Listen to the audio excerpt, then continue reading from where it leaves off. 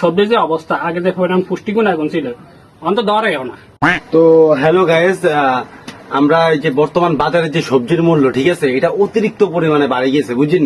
এটা অতিরিক্ত পরিমাণে বাড়ে গেছে। এখন সাধারণ জনগণ মনে করেন সবজি কিনে খাইতে ইতেছে না, তাহলে কষ্ট হইতেছে, তারা না খাইতে ইতেছে, ঠিক আছে। তা আমরা আজকে এরকম একটা লোকের সাথে কথা বলবো, তার মতামত জানবো যে আসলে সবজির দাম যে এত বাড়ে গেছে এটার লাই হাতের মন্তব্য কি। আইলেন, হ্যালো ভাই।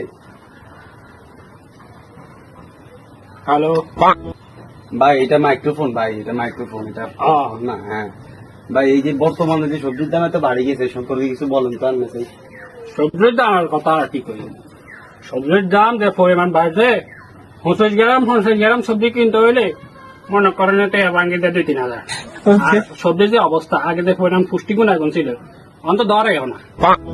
ধরে না বলতে আপনি এটা কি বুঝাইলেন, আবার কোন সবজির কথা কোন?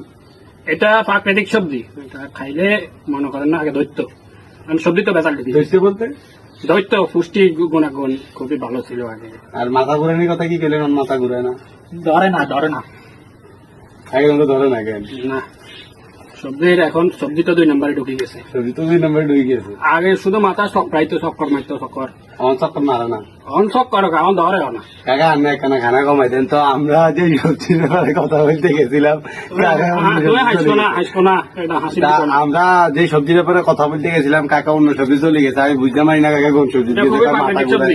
যাক, আপনারা যদি এই সবজি খাই থাকেন তাহলে আমাদের চ্যানেলে এসে বলবেন যে আসলে এটা কি সবজি খাইছে কাকা, আমিও বুঝতে পারি নাই।